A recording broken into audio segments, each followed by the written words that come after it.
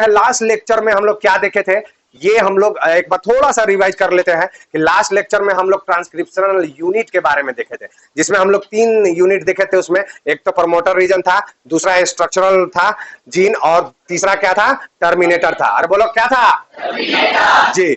तो अब यहाँ पे हम लोग क्या करते हैं कि खास बात वहां पर हम लोग ये देख लिए कि जब भी ट्रांसक्रिप्शन स्टार्ट होता है तो क्या होता है कि वहां पे कहां से स्टार्ट होगा, किसको देख के बनेगा, ये हम लोग समझ गए थे कि यानी कि 3 जो डैश एंड था उसको वहां से स्टार्ट होगा, लेकिन किसको देख के बनेगा, जो हमारा 5 डैश था, यानी कि 5 to 3 डैश को देख करके जो कोडिंग स्टैंड था उसको देख करके बनेगा, और जो टेम्पलेट स्टैंड था वहां पे बनेगा, वहां पे क्या होगा, बनेगा उसको 3 डैश, मतलब वहां पे हम बताए थे कि 3-5 जो स्टैंड है वहां से वो बनना चालू होता है। लेकिन अब देखिए यहाँ पे एक इंपॉर्टेंट बात ये है स्टूडेंट, कि इंपॉर्टेंट बात क्या है कि जो जैसे प्रमोटर रीजन जहां पे चिपका, तो कैसे पता चलता है प्रमोटर रीजन को कि अब यहीं पे जाके चिपकना है।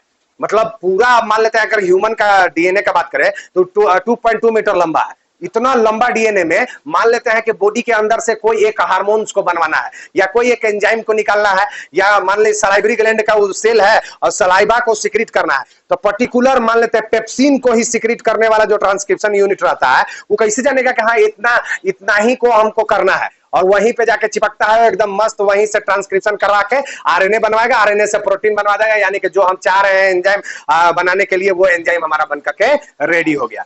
तो ये कैसे होता है, तो इसके लिए आपको ये थोड़ा समझना होगा कि रिकॉग्नाइजेशन सीक्वेंस पाया जाता है जहां पर भी ट्रांसक्रिप्शन होना रहता है वहां पे। अब इसमें क्या होता है कि प्रोकैरियोट्स के अंदर ये माना जाता है कि प्रोकैरियोट्स जो है, तो इसमें हम लोग लास्ट लेक्चर में देखे थे कि ये एक क्या था कि ये मान लेते हैं 3 डैश एंड था, ये 5 डैश एंड था, और ये 5 डैश था, और ये 3 डैश था, और प्रमोटर रीजन यहाँ पे आन कैसे चिपक रहा था, और टर्मिनेटर यहाँ पे था। अरे यस या नो, ये प्रमोटर था, अर्थात तो कहने का मतलब है कि प्रमोटर रीजन कोई कैसे पता चलता है, या प्रमोटर रीजन ये कैसे रिकॉग्नाइज करने पाता है, तो उसके लिए क्या होता है कि हमारा ये प्रोकैरियोट्स के अंदर जहां पे प्रमोटर रीजन अटैच होता है उससे 10 बेस पेयर बिफोर ये माना जाता है कि एक प्रिब्नो बॉक्स होता है। क्या होता है, प्रिब्नो बॉक्स, जिसका सीक्वेंस क्या होगा, TATAAT, ये प्रोकैरियोट्स के अंदर देखा जाता है। तो जैसे ही ये सीक्वेंस वहां पे रहेगा तो पता ये चलता है कि इसके बाद ही क्या होगा,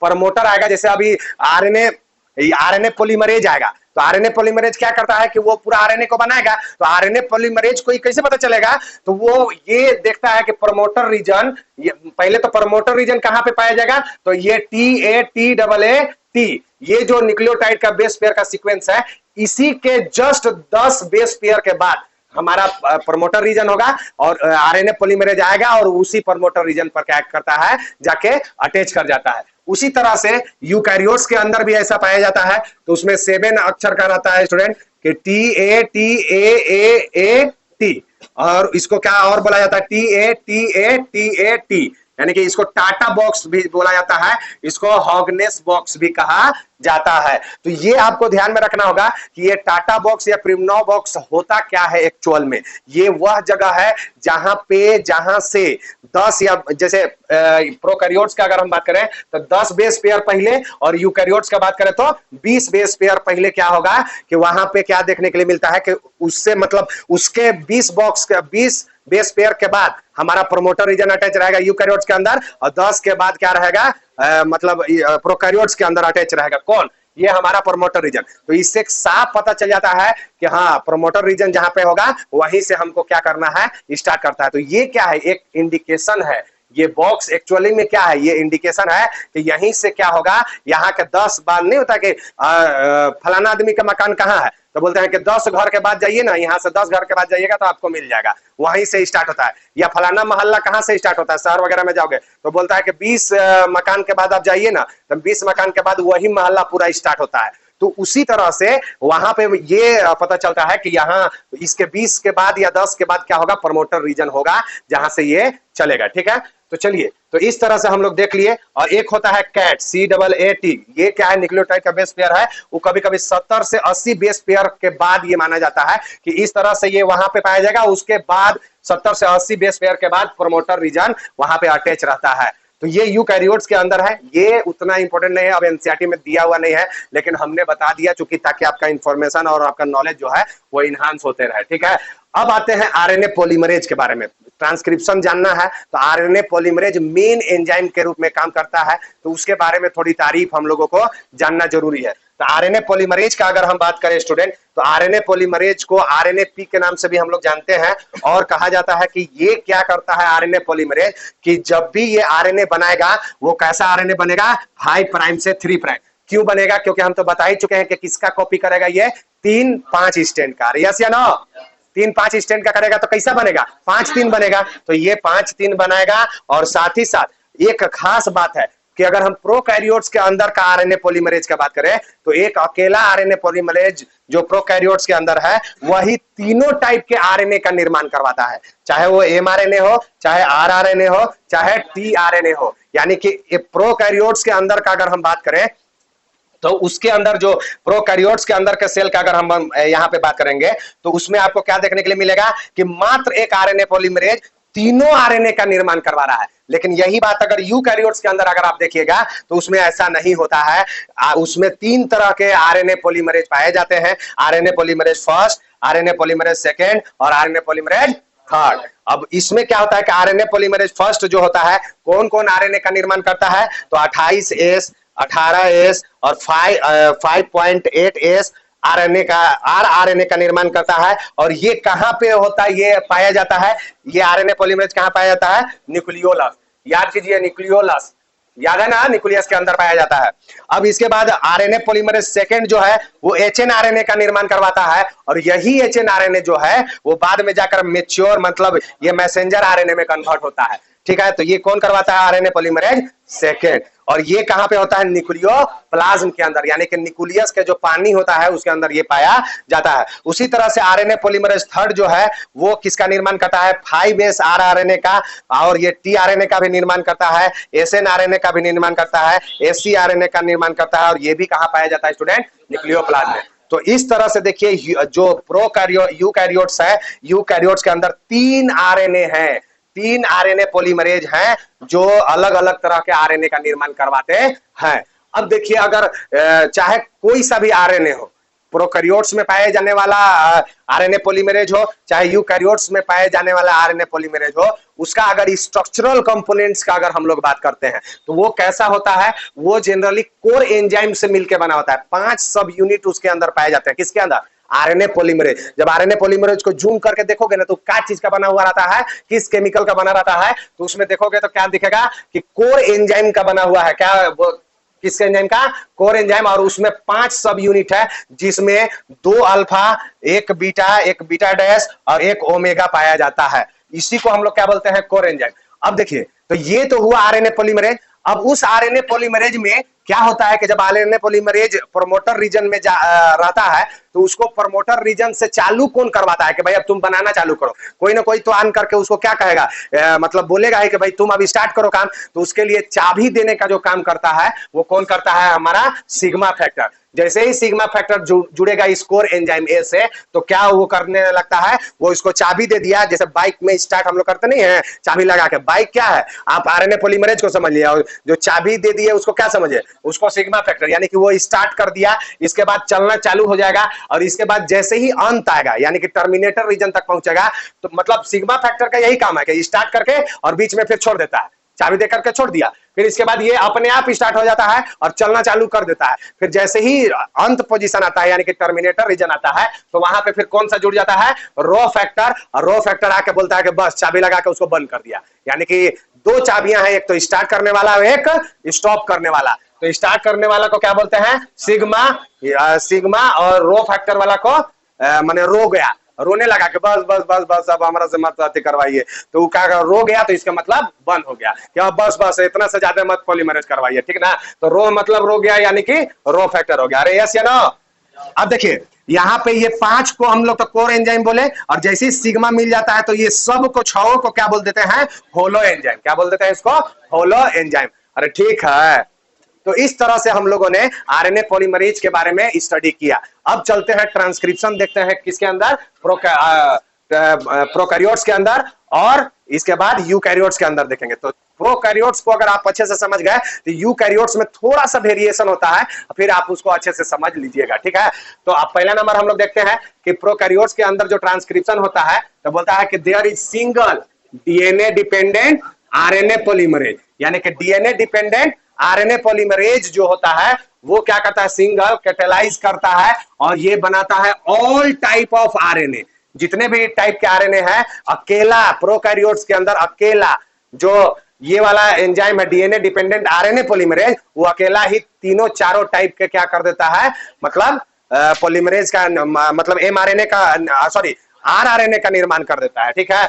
चलिए तो इसमें ये बोलता है कि कहां पे ये ऑकर होता है भाई प्रोकैरियोट्स के अंदर, तो साइटोप्लाज्म, चूंकि प्रोकैरियोट्स के अंदर न्यूक्लियस होता है क्या, अरे उसके अंदर तो न्यूक्लियस एब्सेंट ना रहता है, तो जो कहानी होना है किसके अंदर होगा, साइटोप्लाज्म के अंदर होगा। अरे यस या नो, और ये 3 स्टेप में होता है। पहला नंबर इनिशिएशन होगा, मैंने चाबी देके स्टार्ट करेगा, फिर इलोंगेशन वो जो आरएनए पॉलीमरेज आगे जाएगा और टर्मिनेशन रो रो करके उसको क्या करेगा, बोलेगा बस भैया बस बस बस, तो इस तरह से उसको बोलते हैं टर्मिनेशन। अब आइए इनिशिएशन को देखते हैं। तो ये एक मान लीजिए डीएनए का स्टैंड हम लोग ले लिए, डीएनए हेलिक्स ले लिए, यहाँ पे प्रमोटर रीजन है। अब क्या होगा, आरएनए पॉलीमरेज आएगा, उसमें सिग्मा फैक्टर जैसी अटैच होगा तो क्या होगा, ये चालू हो जाएगा और क्या करवाना चालू करवा देगा, इलोंगेशन। तो देखिए इस तरह से इलोंगेट होते चला जा रहा है, इसके अंदर से हेलिक्स को तोड़ते चला जा रहा है। यहाँ पे हाइड्रोजन बॉन्ड का भी तोड़ने का काम किसका है, इसी का आरएनए पॉलीमरेज का। वहां पे क्या आता था, वहां पे जब डीएनए से डीएनए बनता था तो वहां पे क्या आता था बताओ, वहां पे आता था हेलिकेज, अरे आता था ना, उसको बीच में तोड़ देता था, हेलिकेज जो हाइड्रोजन बॉन्ड को तोड़ता है। यहाँ पे सब इसी का काम है, ये तोड़ते भी जाता है और देखिए कॉपी करके बनाते भी चला जाएगा। और इस तरह से देखिए ये जो सिग्मा फैक्टर है अलग हो गया और देखिए धीरे धीरे टर्मिनेटर की ओर पहुंचा, और टर्मिनेटर तक जैसे पहुंचता है टर्मिनेटर रो फैक्टर आता है, उसमें अटैच हो जाता है तो ये बिल्कुल अलग हो जाता है। तो देखिए रो फैक्टर आया अलग हो गया और इस तरह से देखिए आरएनए बन गया। अच्छा एक खास बात इसका आरएनए का है कि इसमें जो आरएनए बनता है, इसमें जैसे इसमें जो आरएनए बना और अभी हम लोग देखिएगा कि जो प्रोकैरियोट्स के अंदर बनेगा, दोनों में अंतर क्या होता है ये समझना है। जैसे प्रोकैरियोट्स में बनता है तो वहां पे 2 रहता है, एक तो एक्सॉन जो कोडिंग करता है और एक होता है इंट्रॉन जो नॉन कोडिंग स्टैंड रहता है, वहां पे दोनों बनते हैं। लेकिन यहाँ पे जो है, यहाँ पे अगर आप बात करिएगा तो यहाँ पे इस तरह का नहीं है स्टूडेंट, यहाँ पे सिर्फ कोडिंग स्टैंड रहता है, यानी कि सॉलिड, क्या उसको बोलते हैं, सॉलिड आरएनए का यहाँ पे निर्माण होता है प्रोकैरियोट्स के अंदर। इसमें कोई इंट्रॉन और एक्सॉन का लफड़ा नहीं होता है। यहाँ पे अगर माना जाए तो सब के सब एक्सॉन ही होते हैं और ये प्योर फॉर्म में होता है। तो इसी को हम लोग क्या बोल देंगे यहाँ पे, एमआरएनए, क्या बोल देंगे इसको, एमआरएनए। तो इस तरह से प्रोकैरियोट्स के अंदर हो गया। अब आइए ट्रांसक्रिप्शन इन यूकैरियोट, तो सब वैसा ही होगा, इनिशिएशन होगा, इलोंगेशन होगा, टर्मिनेशन होगा, सब वैसा होगा। लेकिन डिफरेंस कहां पे आएगा इसके अंदर, वो सिर्फ हम लोग यहाँ पे मेंशन किए हैं। और ये दोनों फिगर आपका एनसीईआरटी के अंदर दिया हुआ है, तो आप अच्छे से इसको आप समझ भी सकते हैं वहां पर भी। तो ये आप ये मान के चलिए कि इसके अंदर भी ये हो रहा है, इनिशिएशन होगा, सेम वही आरएनए पॉलीमरेज आएगा और ये सिग्मा फैक्टर उससे अटैच होगा और इसका चालू करेगा क्या, इनिशिएशन चालू करेगा, फिर इलोंगेशन चालू करेगा और इस तरह से आगे बढ़ेगा। लेकिन उसी दौरान यहाँ पे होता क्या है कि जब इलोंगेशन हो रहा होता है, क्या हो रहा होता है बोलो, इलोंगेशन हो रहा होता है, तो ये देखिए यहाँ पे जो है ये जो आरएनए बन रहा है उसमें जो है 2 रीजन देखने के लिए मिलता है, एक एक्सॉन जो कोडिंग रीजन है और एक इंट्रॉन। तो इसको अगर याद करना है तो एक ट्रिक है नाइस, क्या है, नाइस, यानी कि N for non coding, non coding और आई से इंट्रॉन, यानी कि नॉन कोडिंग क्या बनेगा, इंट्रॉन होगा और कोडिंग क्या होगा, एक्सॉन होगा। तो सी से क्या हो जाएगा, कोडिंग, और ई से क्या हो जाएगा, एक्सॉन। यानी कि याद रखना कि एक्सॉन ही क्या करवाता है, कोड करवाता है। तो इसमें जो आरएनए बन रहा है वो क्या बन रहा है, 2 रीजन में बन रहा है, एक तो एक्सॉन बन रहा है, दूसरा क्या बन रहा है, इंट्रॉन बन रहा है। एक एक्सॉन बन रहा है, इंट्रॉन बन रहा है, और साथ ही साथ एक तो वेरिएशन ही हुआ इसके कंपैरिजन में, और दूसरा वेरिएशन क्या होता है कि इसका जो 5 प्राइम एंड है, यानी कि इसका जो 5वां एंड है, ये बनेगा कैसे, 5 से 3 बन रहा है ना, किसको देख के बन रहा है, क्योंकि 3 5वां को देख के बन रहा है, तो ये 5 से 3 बनेगा। तो जो 5 का जो कैप वाला पोजीशन, हेड पोजीशन है, जहां पे हेड पोजीशन होता है वहां पे मिथाइल गुआनोसिन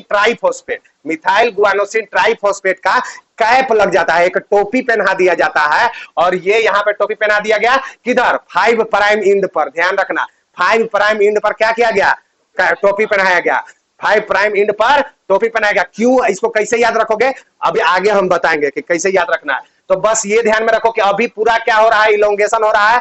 जैसे ही इलोंगेशन होकर क्या होगा, टर्मिनेशन हो जाएगा, तो पूरा देखो एक आरएनए का निर्माण हो गया। लेकिन इसमें क्या क्या हो गया, एक जॉन इंट्रॉन आ गया और दूसरा क्या हुआ कि मिथाइल गुआनोसिन ट्राइफॉस्फेट 7 गो यहाँ पे जुड़ जाता है इसका कैप बनाने के लिए, हेड पर जुड़ गया। लेकिन जैसे ही फिर आगे देखिएगा तो फिर यहाँ पे टेल पोजीशन पर, इसको क्या बोलते हैं, टेल। अब टेल पोजीशन पर क्या होता है स्टूडेंट कि आगे यहाँ पे एक स्टेप और बना सकते थे हम लोग, लेकिन आप समझिए कि यहाँ पर ही टेल जुड़ गया।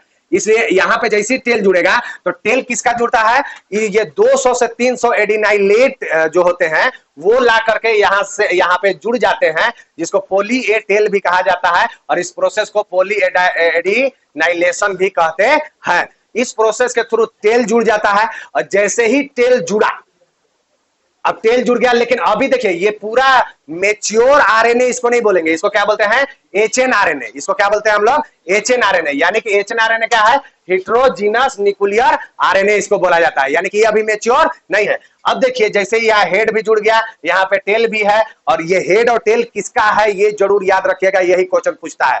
ये हेड किसका है, मिथाइल गुआनोसिन ट्राइफॉस्फेट का, और टेल क्या है, एडिनाइलेट का। कितना एडिनाइलेट जुड़ा हुआ है, 200 से 300 जुड़ा हुआ है। अब ये तो जुड़ गए, अब ये क्या हो गया, यहाँ पे तो जुड़ गया। अब होता क्या है कि जैसे ही ये जुड़ जाता है, अब जुड़ने के बाद हमारा तो इंट्रॉन तो क्या है, नॉन कोडिंग स्टैंड है, तो इसको हम लोगों को तो कोई माने मतलब रहेगा नहीं। इसको अगर हम आगे भेज भी देंगे तो इसका कोई, इसको देख करके तो प्रोटीन बनेगा नहीं। प्रोटीन किसको देख के बनेगा, एक्सॉन। तो उसमें हम लोग क्या होता है, स्प्लिसिंग की प्रक्रिया होती है, यानी कि एक्सॉन को हटा दिया जाता है, रिमूव कर दिया जाता है। तो यहाँ पे देखिए स्प्लिसिंग हो गया, वो वाला घूम गया, ऐसे घूम गया, स्प्लिसिंग हो गया, और स्प्लिसिंग होकर के उसको क्या कर दिया जाता है, हटा दिया जाता है। और जैसे ही ये हटा तो अब ये देखिए इसमें क्या हुआ कि अब ये किसमें कन्वर्ट हो गया स्टूडेंट, एमआरएनए, यानी कि मैसेंजर आरएनए। अब ये रेडी है आगे जाके के प्रोटीन बनाने के लिए। तो क्या क्या वेरिएशन इसमें आया, इसमें पहला नंबर उससे एक्सॉन इंट्रॉन नहीं थे उसके अंदर, दूसरा इसमें कैप जुड़ा और टेल जुड़ा। अब याद कैसे करे भाई कि कैप कहां जुड़ता है, टेल कहां जुड़ता है, तो आपको यहाँ पे देखिए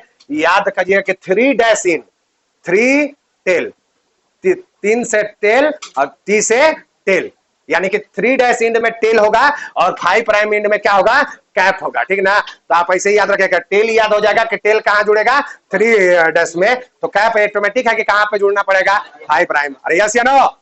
तो इस तरह से तो एक तो ये हुआ कि एक्सॉन इंट्रॉन इसमें बन गए, दूसरा ये हुआ कि कैपिंग और टेलिंग हो गया, और तीसरा ये हुआ कि इसमें ये जो स्प्लिसिंग हो करके और तब प्योर फॉर्म बनता है। तो इस तरह से हम लोगों ने क्या कंप्लीट किया, प्रोकैरियोट्स के अंदर और यूकैरियोट्स के अंदर ट्रांसक्रिप्शन पूरा कंप्लीट किया। अब नेक्स्ट लेक्चर में हम लोग क्या पढ़ेंगे कि प्रोटीन कैसे बनता है, और प्रोटीन आगे माने कैसे प्रोकैरियोट्स के अंदर फॉर्मेशन होता है और यूकैरियोट्स के अंदर कैसे होता है, क्या दोनों सेम है कि दोनों में एक ही तरह का होता है, ये देखने के लिए मिलेंगे नेक्स्ट लेक्चर में। तब तक के लिए थैंक यू।